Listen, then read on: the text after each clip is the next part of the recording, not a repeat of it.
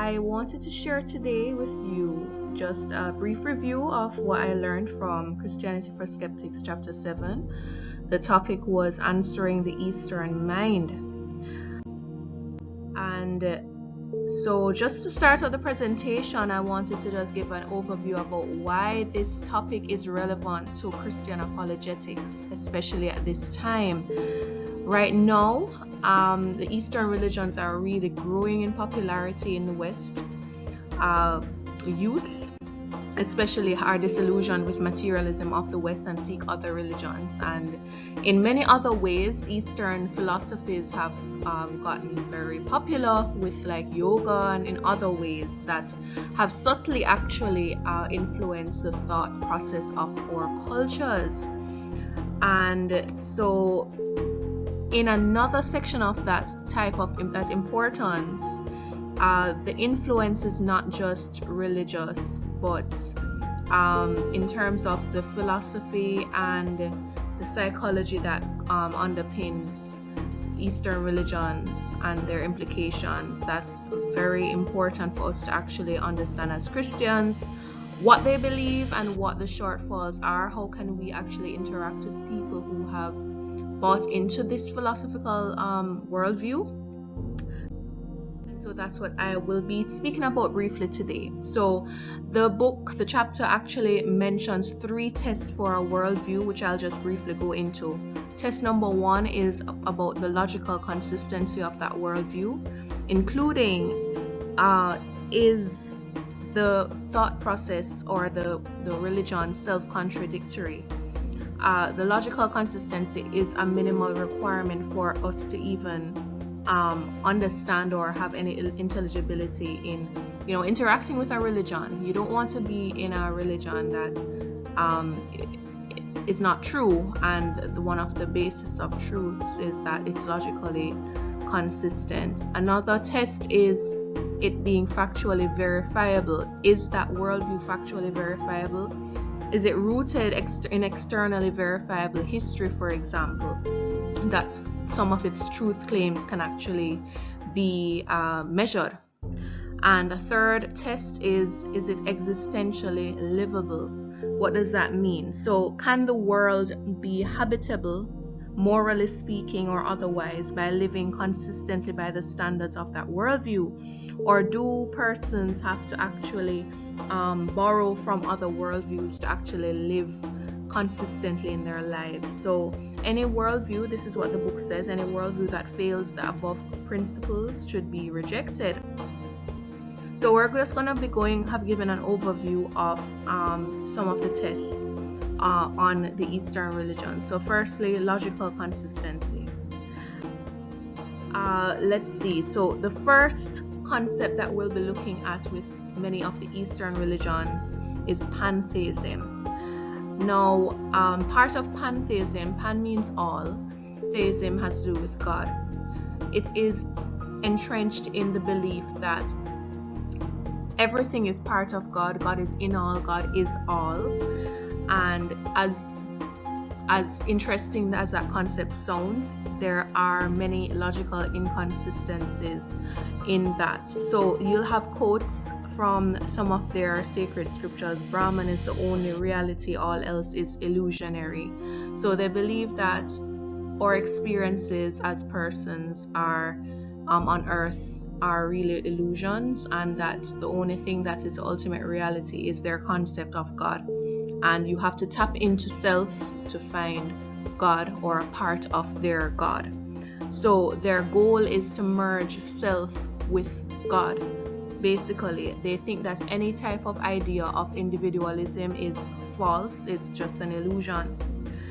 So there are different responses that one can actually make to these statements. So the first thing that was mentioned in the book is that, is there not a difference between a painter and his painting, a creator and his creation? And that's very, very similar to some of the scriptures that we know and we refer to in apologetics. That a house is built by someone and he who builds all things is God. Hebrews, I believe it's 3 verse 4 or around there, 4 verse 3.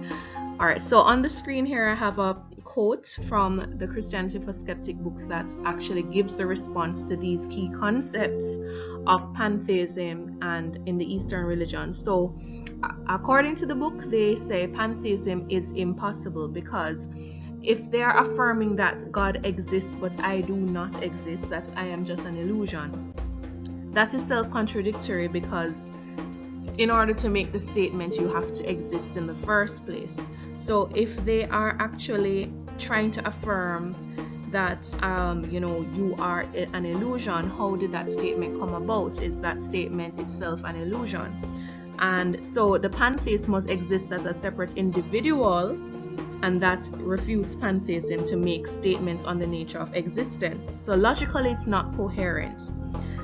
So if pantheism is true, no pantheist should also advocate pantheism, since such an activity itself presupposes the existence of other beings that need to be convinced about pantheism. So as you can see from the quote, really there is a lot of logical inconsistency. So we also have to think about, okay, if the real is unreal and the obvious is false, how do we know that the pantheists are really telling us the truth? So in pretending that everything is an illusion, how are we, by what measure can we measure a truth claim? How can we know? Do they have an access, like exclusive access to some truth that is outside of this illusion? Where are they getting? How are they able to measure their truth claim?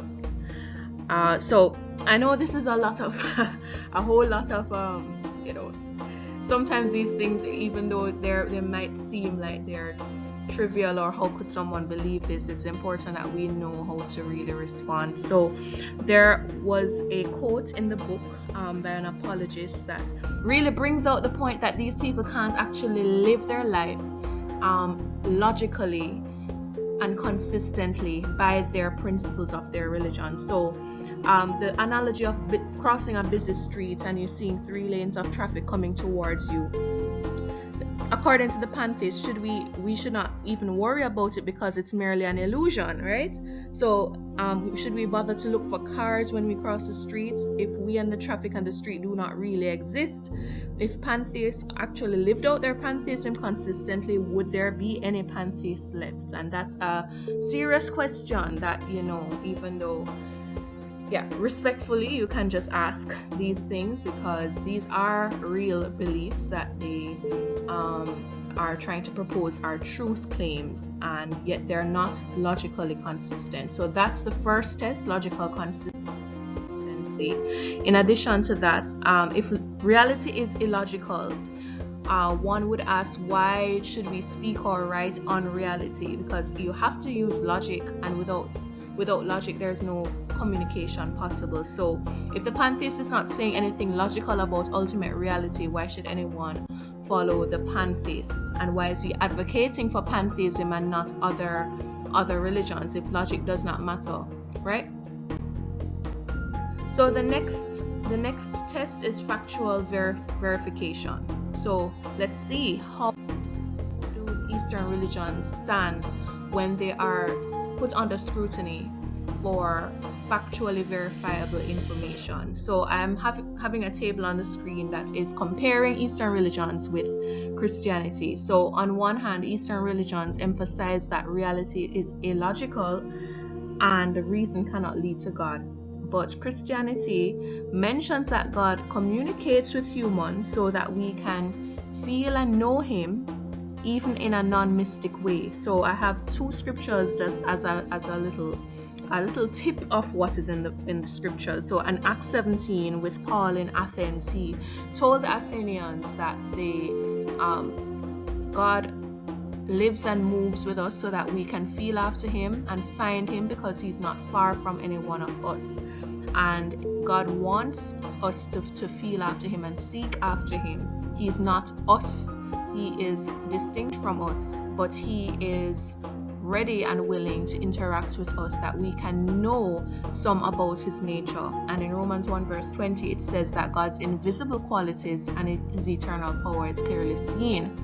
by the things that he has made, so people are without excuse. So unlike Eastern religions with their mysticism and uncertainty, in the chapter it mentions that people, when they're asked to, in the East, when they're asked to describe their concept of God, many times they just go silent, because they believe that silence is what encapsulates or describes God, because they think that God is indescribable. But that is not the identity that Christians have actually learned about who God is, who God has revealed himself to. He actually has an identity which is very specific, right? So another difference between Eastern religions and Christianity, there's a quotation that I've placed here on the screen. Someone who was in Zen Buddhism, he pointed out that Zen is separate from logic. So Zen is one thing and logic another. When we fail to make this distinction and expect Zen to give us something logically consistent and intellectually illuminating, we altogether misinterpret the signification of Zen. So basically, again, he's reaffirming what I mentioned before about the Eastern religions not really concerning themselves about logical consistency. It's like a scapegoat for the inconsistencies that are in their written books, right? But in the Bible, we see God even making reference to reason as a tool to actually let persons come to the truth. So in Isaiah 1 verse 18, for example, God says, "Come, let us reason together." When he was pleading with the people of Israel and trying to compare what he has done in the past in predicting the future in prophecies versus all the other false gods not even being able to even do what humans do, much less predicting the future. So in Christianity, reason plays a role, and in Psalm 111 verse 2 it says, "The works of the Lord are studied by those who have pleasure in them." So that's another difference. In Eastern religions, dogma is based on abstract concepts and not rooted in historical events. This is very different from Christianity. Our faith is grounded and rooted in history. So Christianity presents the reality of a living Christ who died and rose again for the salvation and liberation of man from sin. And to the persons who might not be familiar with Christianity and just hear about the death and resurrection of Christ and think that it's just a story, there have been many persons who have gone out to try and examine, trying to actually refute the reality of resurrection, but they've become Christians in doing that. So you can even just look at the movie The Case for Christ by Lee Strobel as one. And the chapter mentions several other persons, lawyers, persons who are very familiar with court-based evidence, and it's a space-time event. And I would challenge you, if you have not, if you don't know much about the historical claims of the Bible, you can make a comment, and I challenge you to also look at it yourself, and Christianity does make historically verifiable claims, so it puts itself on the line that if a person wants to explore this truth claim, they can do so. That's very different from Eastern religions, right? So in a quote from the book, it says, "Absurdities which are expressed in Hinduism and Buddhism, for example, that they say only God exists, like everything is God, or the world is an illusion, or there is no individuality, they're not found in Christianity."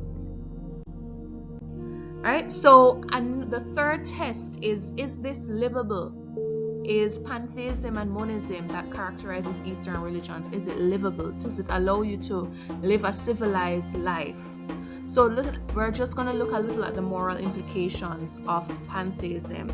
So in Eastern religions, they don't make any distinction between the person who does good versus the person who does evil, in terms of they believe that the doer and the causer to do are one. So since they believe that God is everything and in everything, basically God would tell the thief to go and steal, and at the same time warn the householder against the thief.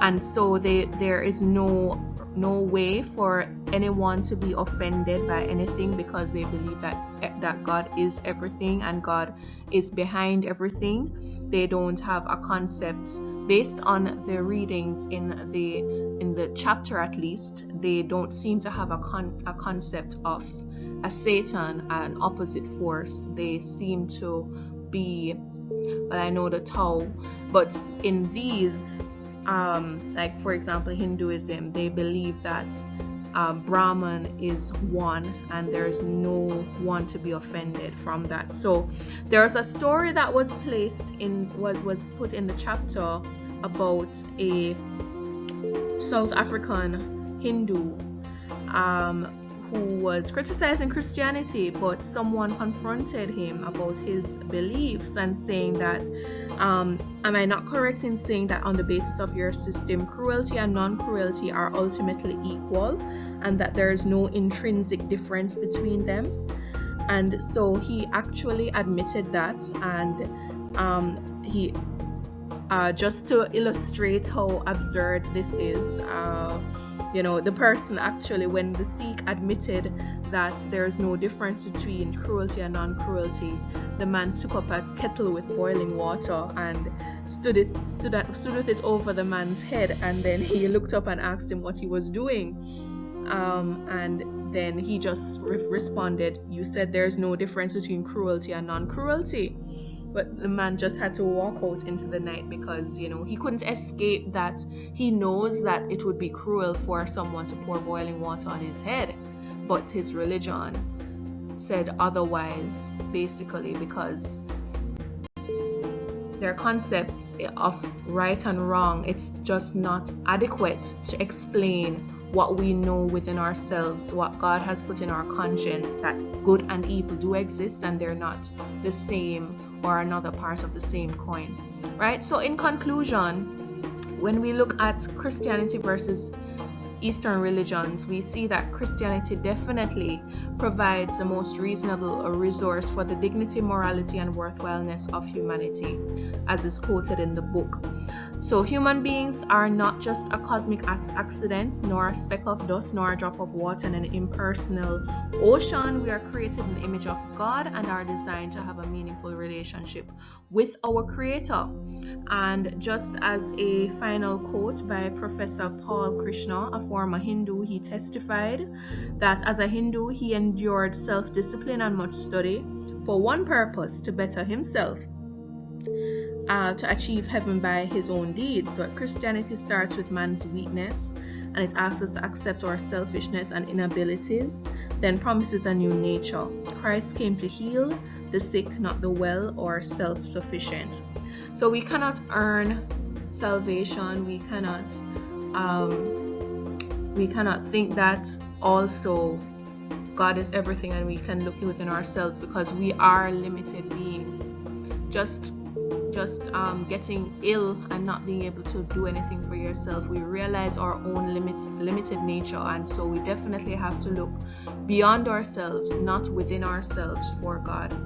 And Christianity has the three hallmarks of the worldview that stands up to scrutiny. So I just encourage you all that, keep seeking the truth, and that you will have a blessed rest of your day.